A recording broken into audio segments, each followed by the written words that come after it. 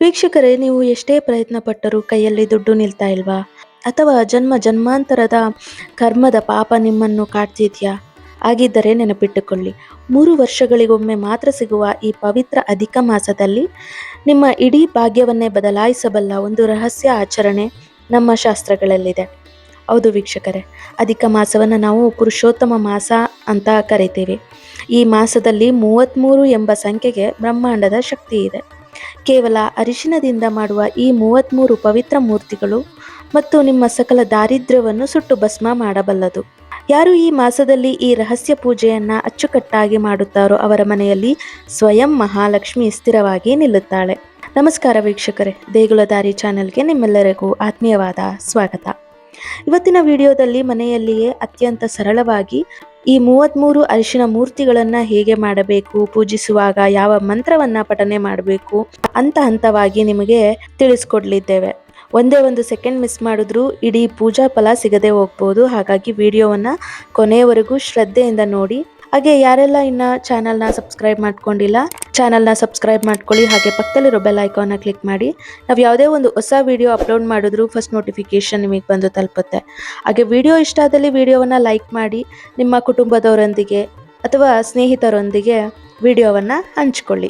ವೀಕ್ಷಕರೇ, ಈ ಮಾಸದಲ್ಲಿ ಶ್ರೀ ಮಹಾವಿಷ್ಣುವಿನ ಪ್ರತ್ಯರ್ಥವಾಗಿ 33 ಪವಿತ್ರ ಅರಿಶಿನ ಮೂರ್ತಿಗಳನ್ನು ಪ್ರತಿಷ್ಠಾಪಿಸಿ ಪೂಜಿಸೋದ್ರಿಂದ ಜನ್ಮ ಜನ್ಮಾಂತರದ ದಾರಿದ್ರ್ಯಗಳು ಕರಗಿ ಮನೆಯಲ್ಲಿ ಸಕಲ ಸೌಭಾಗ್ಯಗಳು ಪ್ರಾಪ್ತಿಯಾಗ್ತವೆ.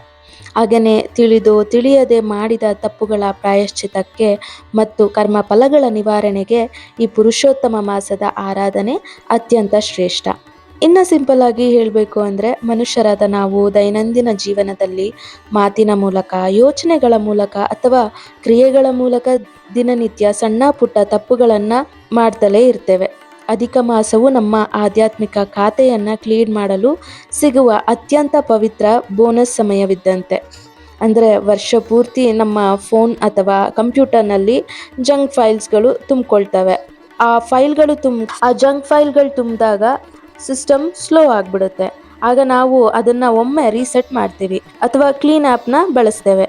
ಅದೇ ರೀತಿ ಜನ್ಮ ಜನ್ಮಾಂತರಗಳಿಂದ ನಮ್ಮ ಆತ್ಮಕ್ಕೆ ಅಂಟಿಕೊಂಡಿರುವ ಪಾಪದ ಕಲೆಗಳನ್ನು ಅಥವಾ ಕರ್ಮದ ಜಂಕ್ ಫೈಲ್ಗಳನ್ನು ಡಿಲೀಟ್ ಮಾಡಿ ನಮ್ಮ ಜೀವನವನ್ನು ಮತ್ತೆ ಸುಗಮಗೊಳಿಸಲು ಅಧಿಕ ಮಾಸದಲ್ಲಿ ಮಾಡುವ ಈ 33 ಮಂತ್ರಗಳ ಜಪ ಮತ್ತು ಪೂಜೆ ಅತ್ಯುತ್ತಮ ಆಧ್ಯಾತ್ಮಿಕ ಕ್ಲೀನ್ ಆ್ಯಪ್ ಇದ್ದಂತೆ. ಈ ಪೂಜೆಯನ್ನು ಅಧಿಕ ಮಾಸದ ಅವಧಿಯಲ್ಲಿ ಅಂದರೆ ಮೇ 17ರಿಂದ ಜೂನ್ 15ರ ನಡುವೆ ಬರುವ ಯಾವುದೇ ದಿನದಲ್ಲೂ ಮಾಡಬಹುದು. ಆದರೆ ಒಂದು ವೇಳೆ ನಿಮಗೆ ಇಡೀ ತಿಂಗಳು ಮಾಡಲು ಸಾಧ್ಯವಾಗದಿದ್ದರೆ ಅಧಿಕ ಮಾಸದಲ್ಲಿ ಬರುವ ಹುಣ್ಣಿಮೆಯ ದಿನ ಈ ಪೂಜೆಯನ್ನು ಮಾಡಲು ಅತ್ಯಂತ ಮಹತ್ವದ ಮತ್ತು ಶ್ರೇಷ್ಠವಾದ ದಿನ. ಹುಣ್ಣಿಮೆಯು ಚಂದ್ರನ ಪೂರ್ಣ ಕಲೆಯ ದಿನವಾಗಿದ್ದು ಅಂದು ಲಕ್ಷ್ಮೀನಾರಾಯಣರ ಆರಾಧನೆ ಮಾಡುವುದರಿಂದ ಪೂಜೆಯ ಫಲ ದುಪ್ಪಟ್ಟಾಗಿರುತ್ತೆ. ಹುಣ್ಣಿಮೆಯ ಹೊರತಾಗಿ ಅಧಿಕ ಮಾಸದಲ್ಲಿ ಬರುವ ಏಕಾದಶಿ, ದ್ವಾದಶಿ, ಅಮಾವಾಸ್ಯೆ ಅಥವಾ ಈ ಮಾಸದ ಯಾವುದೇ ಶುಕ್ರವಾರ ಮತ್ತು ಶನಿವಾರಗಳಂದು ಈ ಪೂಜೆಯನ್ನು ಕೈಗೊಳ್ಳಬಹುದು. ಶಾಸ್ತ್ರಗಳ ಪ್ರಕಾರ ಮತ್ತು ನಮ್ಮ ಧಾರ್ಮಿಕ ಸಂಪ್ರದಾಯದಲ್ಲಿ ಈ ಪೂಜೆಯನ್ನು ಮಾಡಲು 2 ಅತ್ಯುತ್ತಮ ಸಮಯಗಳಿವೆ. ಒಂದು, ಬೆಳಗಿನ ಜಾವ 4:30ರಿಂದ 6 ಗಂಟೆಯ ಬ್ರಹ್ಮ ಮುಹೂರ್ತದ ಸಮಯ ಅಥವಾ ಮುಂಜಾನೆ 8:30ರ ಒಳಗಿನ ಸಮಯ ಈ ಆರಾಧನೆಗೆ ಅತ್ಯಂತ ಸೂಕ್ತ. ಈ ಸಮಯದಲ್ಲಿ ಮನಸ್ಸು ಮತ್ತು ವಾತಾವರಣ ಎರಡೂ ಪ್ರಶಾಂತವಾಗಿರುವುದರಿಂದ 33 ಮಂತ್ರಗಳ ಸಕಾರಾತ್ಮಕ ಶಕ್ತಿ ಮನೆಗೆ ಬೇಗನೆ ಲಭಿಸುತ್ತದೆ. ಎರಡನೇದಾಗಿ, ಒಂದು ವೇಳೆ ಬೆಳಗ್ಗೆ ಕೆಲಸದ ಒತ್ತಡವಿದ್ದರೆ ಸೂರ್ಯಾಸ್ತದ ಸಮಯ ಅಂದರೆ ಸಾಯಂಕಾಲ 5:30ರಿಂದ ರಾತ್ರಿ 7:30ರ ಒಳಗಿನ ಅವಧಿಯಲ್ಲಿ ದೀಪ ಹಚ್ಚಿ ಈ 33 ಅರಿಶಿನದ ಮೂರ್ತಿಗಳ ಪೂಜೆಯನ್ನು ನೆರವೇರಿಸಬಹುದು. ಸಾಯಂಕಾಲದ ಸಮಯವು ಲಕ್ಷ್ಮೀದೇವಿಯ ಆಗಮನದ ಸಮಯವಾಗುವುದರಿಂದ ಈ ಅವಧಿಯು ಪ್ರಶಸ್ತವಾಗಿರುತ್ತೆ. ಹುಣ್ಣಿಮೆಯ ದಿನವೇ ಏಕೆ ಹೆಚ್ಚು ವಿಶೇಷ ಅಂತ ನಿಮಗೆ ಅನ್ನಿಸ್ಬೋದು.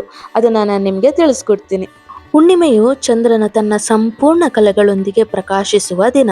ಜ್ಯೋತಿಷ್ಯ ಮತ್ತು ಪುರಾಣಗಳ ಪ್ರಕಾರ ಚಂದ್ರನನ್ನು ಮನಸ್ಕಾರಕ ಎನ್ನಲಾಗುತ್ತದೆ ಮತ್ತು ಚಂದ್ರನು ಉದ್ಭವಿಸಿದ್ದೇ ಶ್ರೀ ಮಹಾವಿಷ್ಣುವಿನ ಮನಸ್ಸಿನಿಂದ. ಹಾಗಾಗಿ ಹುಣ್ಣಿಮೆಯ ದಿನ ಮಹಾವಿಷ್ಣುವಿನ ಆರಾಧನೆ ಮಾಡೋದ್ರಿಂದ ಮಾನಸಿಕ ನೆಮ್ಮದಿ ಮತ್ತು ಜಾತಕದಲ್ಲಿನ ದೋಷಗಳು ಬೇಗನೆ ನಿವಾರಣೆಯಾಗುತ್ತದೆ. ಹಾಗೆ ವೀಕ್ಷಕರೇ, ಸತ್ಯನಾರಾಯಣ ಪೂಜೆಯನ್ನು ಸಾಮಾನ್ಯವಾಗಿ ಹುಣ್ಣಿಮೆಯಂದೇ ಮಾಡಲಾಗುವುದು ವಾಡಿಕೆ.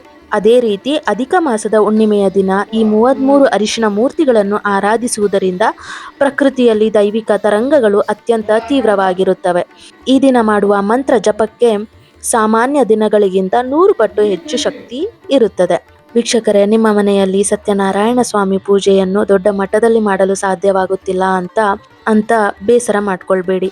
ನಮ್ಮ ಶಾಸ್ತ್ರಗಳಲ್ಲಿ ಹೇಳುತ್ತಿರುವಂತೆ ಈ ಪವಿತ್ರ ಅಧಿಕ ಮಾಸದ ಹುಣ್ಣಿಮೆಯ ದಿನದಂದು ನೀವು ಶ್ರದ್ಧೆಯಿಂದ ಮನೆಯಲ್ಲೇ ಈ 33 ಅರಿಶಿನದ ಮೂರ್ತಿಗಳನ್ನು ಪೂಜೆ ಮಾಡಿದರೆ ಆ ಸಾಕ್ಷಾತ್ ಸತ್ಯನಾರಾಯಣ ಸ್ವಾಮಿಯ ವ್ರತ ಮಾಡಿದಷ್ಟೇ ಪುಣ್ಯ ಲಭಿಸುತ್ತದೆ. ಏಕೆಂದರೆ ಇದು ಸ್ವಯಂ ಪುರುಷೋತ್ತಮನ ಆರಾಧನೆ. ನಮ್ಮ ಸನಾತನ ಧರ್ಮದಲ್ಲಿ 33 ಕೋಟಿ ಅಂದರೆ 33 ವಿಧದ ಪ್ರಮುಖ ದೇವತೆಗಳು, ಅಷ್ಟವಸುಗಳು, ಏಕಾದಶ ರುದ್ರರು, ದ್ವಾದಶ ಆದಿತ್ಯರು ದೇವತೆಗಳಿದ್ದಾರೆ ಎಂದು ಹೇಳಲಾಗುತ್ತದೆ. ಅಧಿಕ ಮಾಸದಲ್ಲಿ ನಾವು ಮಾಡುವ 33 ಅರಿಶಿನದ ಮೂರ್ತಿಗಳ ಪೂಜೆಯು ಈ ಇಡೀ ದೇವತಾ ಮಂಡಲವನ್ನು ಒಟ್ಟಿಗೆ ಆರಾಧಿಸುವುದಕ್ಕೆ ಸಮನಾಗಿರುತ್ತದೆ. ಈ ಅಧಿಕ ಮಾಸದಲ್ಲಿ ಶ್ರೀ ಪುರುಷೋತ್ತಮನ ಅಂದರೆ ಮಹಾವಿಷ್ಣುವಿನ 33 ನಾಮಗಳನ್ನು ಪಠಿಸಿ 33 ಮೂರ್ತಿಗಳನ್ನು ಪೂಜಿಸಿದರೆ ಸೃಷ್ಟಿಯಲ್ಲಿರುವ ಎಲ್ಲಾ ದೇವತೆಗಳಿಗೂ ಆ ಪೂಜೆ ತಲುಪಿ ಅವರ ಅನುಗ್ರಹ ನಮಗೆ ಲಭಿಸುತ್ತದೆ. ಈಗ ಮೊದಲಿಗೆ ಪೂಜಾ ಸ್ಥಳವನ್ನ ಸ್ವಚ್ಛಗೊಳಿಸಬೇಕು. ಅಲ್ಲಿ ರಂಗೋಲಿಯನ್ನ ಹಾಕಿ ಶುದ್ಧವಾದ ತುಪ್ಪ ಅಥವಾ ಎಣ್ಣೆಯಿಂದ ದೀಪವನ್ನ ಹಚ್ಚಬೇಕು. ದೀಪ ಹಚ್ಚುವಾಗ ಈ ಮಂತ್ರವನ್ನ ಪಠನೆ ಮಾಡ್ಕೊಳ್ತಾ, ಶುಭಂ ಕರೋತಿ ಕಲ್ಯಾಣಂ ಆರೋಗ್ಯಂ ಧನ ಸಂಪದಂ ಶತ್ರು ಬುದ್ಧಿ ವಿನಾಶಾಯ ದೀಪ ಜ್ಯೋತಿ ನಮೋಸ್ತುತೆ. ಈ ದೀಪದ ಜ್ಯೋತಿಯು ನಮಗೆ ಶುಭ, ಕಲ್ಯಾಣ, ಆರೋಗ್ಯ ಮತ್ತು ಸಂಪತ್ತನ್ನ ನೀಡಲಿ ಹಾಗೂ ನಮ್ಮಲ್ಲಿರುವ ದುರ್ಬುದ್ಧಿಯನ್ನು ನಾಶಪಡಿಸಲಿ ಎಂದರ್ಥ. ಈಗ ಅರಿಶಿನ ಪುಡಿಗೆ ಸ್ವಲ್ಪ ನೀರು ಅಥವಾ ಹಸಿ ಹಾಲನ್ನ ಸೇರಿಸಿ ಚೆನ್ನಾಗಿ ಕಲಸ್ಕೊಳ್ಬೇಕು. ತೀರಾ ತೆಳ್ಳಗೆ ಕಲಸ್ಕೊಳ್ಬಾರ್ದು, ಸ್ವಲ್ಪ ಗಟ್ಟಿಯಾಗಿ ಕಲಸ್ಕೊಳ್ಬೇಕು. ಈಗ ನಾವು ಇದನ್ನ ಸಣ್ಣ ಸಣ್ಣದಾಗಿ 33 ಅರಿಶಿನದ ಮೂರ್ತಿಗಳನ್ನ ಸಿದ್ಧಪಡಿಸ್ಕೊಳ್ಬೇಕು. ಮೂರ್ತಿಗಳಿಗೆ ಕುಂಕುಮನ ಇಟ್ಟು ಒಂದು ಪ್ಲೇಟಿನಲ್ಲಿ ಅಥವಾ ಒಂದು ತಟ್ಟೆನಲ್ಲಿ ಅದನ್ನು ನೀಟಾಗಿ ಜೋಡಿಸ್ಕೊಳ್ತಾ ಬರಬೇಕು. ಈಗ ಪ್ರತಿಷ್ಠಾಪಿಸಿದ 33 ಅರಿಶಿನದ ಮೂರ್ತಿಗಳಿಗೂ ಶ್ರದ್ಧೆಯಿಂದ ಅರಿಶಿನ, ಕುಂಕುಮ ಹಾಗೆ ಅಕ್ಷತೆಯನ್ನು ಸಮರ್ಪಿಸಬೇಕು. ಅದರ ಜೊತೆಗೆ ಪ್ರತಿಯೊಂದು ಮೂರ್ತಿಗೂ ಬಿಡಿ ಬಿಡಿಯಾಗಿ ಹೂಗಳನ್ನು ಅರ್ಪಿಸಬೇಕು.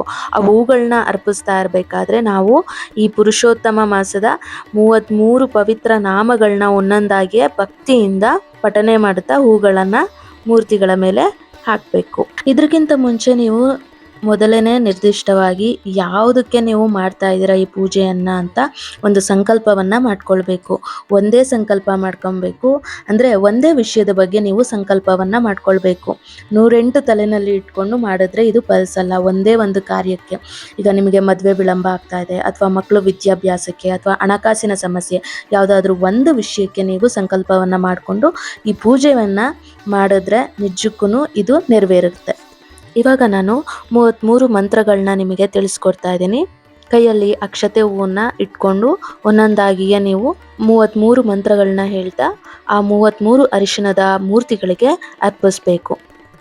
ಓಂ ಶ್ರೀ ವಿಷ್ಣವೇ ನಮಃ, ಓಂ ಶ್ರೀ ಜಿಷ್ಣವೇ ನಮಃ, ಓಂ ಶ್ರೀ ಮಹಾವಿಷ್ಣವೇ ನಮಃ, ಓಂ ಶ್ರೀ ಹರಯೇ ನಮಃ, ಓಂ ಶ್ರೀ ಕೃಷ್ಣಾಯ ನಮಃ, ಓಂ ಶ್ರೀ ಅಧ್ಯೋಕ್ಷಜಾಯ ನಮಃ, ಓಂ ಶ್ರೀ ಕೇಶವಾಯ ನಮಃ, ಓಂ ಶ್ರೀ ಮಾಧವಾಯ ನಮಃ, ಓಂ ಶ್ರೀ ರಾಮಾಯ ನಮಃ, ಓಂ ಶ್ರೀ ಅಚ್ಯುತಾಯ ನಮಃ, ಓಂ ಶ್ರೀ ಪುರುಷೋತ್ತಮಾಯ ನಮಃ, ಓಂ ಶ್ರೀ ಗೋವಿಂದಾಯ ನಮಃ, ಓಂ ಶ್ರೀ ವಾಮನಾಯ ನಮಃ, ಓಂ ಶ್ರೀ ಶ್ರೀಧರಾಯ ನಮಃ, ಓಂ ಶ್ರೀ ಶ್ರೀಕಂಠಾಯ ನಮಃ, ಓಂ ಶ್ರೀ ವಿಶ್ವಸಾಕ್ಷಿಣೇ ನಮಃ, ಓಂ ಶ್ರೀ ನಾರಾಯಣಾಯ ನಮಃ, ಓಂ ಶ್ರೀ ಮಧುರೀಪವೇ ನಮಃ,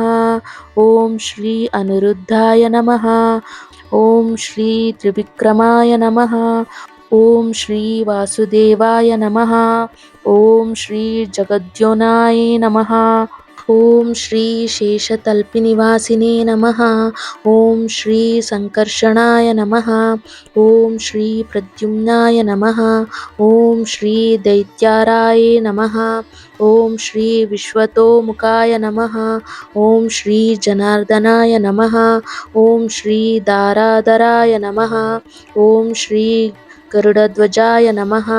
ಓಂ ಶ್ರೀ ಋಷಿಕೇಶಾಯ ನಮಃ. ಓಂ ಶ್ರೀ ಪದ್ಮನಾಭಾಯ ನಮಃ. ಓಂ ಶ್ರೀ ಮಧುಸೂದನಾಯ ನಮಃ. ಕೊನೆಯಲ್ಲಿ ಗೋವರ್ಧನಾದರಂ ವಂದೇ ಗೋಪಾಲಂ ಗೋಪಾರೂಪಿಣಂ ಗೋಕುಲೋತ್ಸವಮೀಶಾನಂ ಗೋವಿಂದಂ ಗೋಪಿಕಾಪ್ರಿಯಂ. ಈ 33 ನಾಮಾವಳಿಯ ನಂತರ ಕೊನೆಯಲ್ಲಿ ಗೋಪಾಲಕೃಷ್ಣನ ಈ ಶ್ಲೋಕವನ್ನು ಹೇಳಿ ನಮಸ್ಕರಿಸಿ ಆದ್ಮೇಲೆ ಭಕ್ತಿಯಿಂದ ಮಹಾಲಕ್ಷ್ಮೀ ದೇವಿಯನ್ನ ಸ್ಮರಿಸಿ ಆ ಲಕ್ಷ್ಮೀ ದೇವಿಯ ಕೃಪೆಗೆ ಪಾತ್ರರಾಗಿ ಓಂ ಮಹಾಲಕ್ಷ್ಮಿ ನಮಃ ಅಂತ 108 ಬಾರಿ ಪಠನೆಯನ್ನ ಮಾಡಿ ಕೊನೆಯಲ್ಲಿ ನೈವೇದ್ಯ ಹಾಗೂ ಆರತಿಯನ್ನ ಮಾಡಬೇಕು. ಪೂಜೆಯ ಸಂಪೂರ್ಣ ಫಲ ಸಿಗಬೇಕು ಅಂದರೆ ಭಕ್ತಿಯಿಂದ ನೈವೇದ್ಯ ಹಾಗೂ ಮಂಗಳಾರತಿಯನ್ನ ಬೆಳಗುವ ಮೂಲಕ ಪೂಜೆಯನ್ನ ಮಂಗಳಗೊಳಿಸಬೇಕು. ಪೂಜೆ ಮುಗಿದ ನಂತರ ಈ 33 ಅರಿಶಿನ ಮೂರ್ತಿಯನ್ನ ಏನ್ ಮಾಡಬೇಕು ಎಂಬ ಗೊಂದಲ ಬೇಡ. ಅದನ್ನ ಮರುದಿನ ಬೆಳಗ್ಗೆ ಮತ್ತೆ ಇನ್ನೊಮ್ಮೆ ಪೂಜೆಯನ್ನ ಮಾಡಿ ಅದನ್ನ ಒಂದು ಪಾತ್ರೆಯಲ್ಲಿ ಹಾಕಿ ಸ್ವಲ್ಪ ನೀರನ್ನ ಹಾಕಿ ನೀಟಾಗಿ ಕರಗಿಸ್ಬಿಟ್ಟು ಅದನ್ನ ನಿಮ್ಮ ಮನೆ ಹತ್ರ ಇರುವಂತ ಹಸಿರು ಗಿಡದ ಮೇಲೆ ಅಥವಾ ತುಳಸಿ ಗಿಡಕ್ಕೆ ಯಾವ್ದಕ್ಕಾದ್ರೂ ಸರಿ ಹಾಕ್ಬೋದು. ಅಥವಾ ಯಾವ್ದಾದ್ರು ಹತ್ತಿರದಲ್ಲೇ ನಿಮಗೆ ನೀರು ಹರಿಯೋ ಜಾಗ ಅಂತ ಇದ್ರೆ ಅಂದ್ರೆ ಶುದ್ಧವಾದ ಯಾವ್ದಾದ್ರು ಹೊಳೆ ಗಿಳೆ ಆ ತರ ಇತ್ತು ಅಂದ್ರೂ ಅಲ್ಲೂ ಹಾಕ್ಬೋದು. ಇಲ್ಲ ಅಂದ್ರೆ ಸರಳವಾಗಿ ಮನೆಯಲ್ಲಿ ಯಾವ್ದಾದ್ರು ಗಿಡಗಳಿತ್ತು ಅಂದ್ರೆ ಅಥವಾ ತೆಂಗಿನ ಮರದ ಬುಡಕ್ಕೆ ಅದನ್ನ ಹಾಕ್ಬೋದು. ಅದನ್ನ ಹಾಕಿ ಪೂಜೆಯನ್ನ ಮುಗಿಸ್ಬೋದು. ನೋಡಿದ್ರಲ್ಲ ವೀಕ್ಷಕರೇ, ಅಧಿಕ ಮಾಸದ ಈ 33 ಅರಿಶಿನದ ಮೂರ್ತಿಗಳ ಪೂಜೆ ಎಷ್ಟು ಪವಿತ್ರ ಮತ್ತು ಎಷ್ಟು ಶಕ್ತಿಶಾಲಿ ಎಂದು. ನೀವು ಕೂಡ ಈ ಅಧಿಕ ಮಾಸದ ಅವಧಿಯಲ್ಲಿ ಮೇ 17ರಿಂದ ಜೂನ್ 15ರ ಒಳಗೆ ಈ ಒಂದು ಪೂಜೆಯನ್ನ ಮಾಡಿ ಪುರುಷೋತ್ತಮನ ಕೃಪೆಗೆ ಪಾತ್ರರಾಗಿ. ಈ ಮಾಹಿತಿ ನಿಮಗೆ ಇಷ್ಟವಾಗಿದ್ದರೆ ದಯವಿಟ್ಟು ವಿಡಿಯೋವನ್ನ ಲೈಕ್ ಮಾಡಿ, ಹಾಗೆ ನಿಮ್ಮ ಸ್ನೇಹಿತರೊಂದಿಗೆ ಕುಟುಂಬದವರೊಂದಿಗೆ ವಿಡಿಯೋವನ್ನ ಶೇರ್ ಮಾಡಿ ಮತ್ತು ಇಂತಹದ್ದೇ ಧಾರ್ಮಿಕ ಆಚರಣೆಗಾಗಿ ನಮ್ಮ ದೇಗುಲದಾರಿ ಚಾನಲ್ ಅನ್ನ ಸಬ್ಸ್ಕ್ರೈಬ್ ಮಾಡಲು ಮರೆಯಬೇಡಿ. ಹಾಗೆ ಕಮೆಂಟ್ ಬಾಕ್ಸಿನಲ್ಲಿ ಓಂ ನಮೋ ನಾರಾಯಣ ಎಂದು ಬರೆಯೋದನ್ನ ಮರಿಬೇಡಿ. ಮುಂದಿನ ಬಾರಿ ಇನ್ನೊಂದು ವಿಷಯದೊಂದಿಗೆ ನಿಮ್ಮನ್ನ ಭೇಟಿಯಾಗ್ತೀನಿ. ಅಲ್ಲಿಯವರೆಗೂ ಧನ್ಯವಾದಗಳು. ಶುಭವಾಗಲಿ.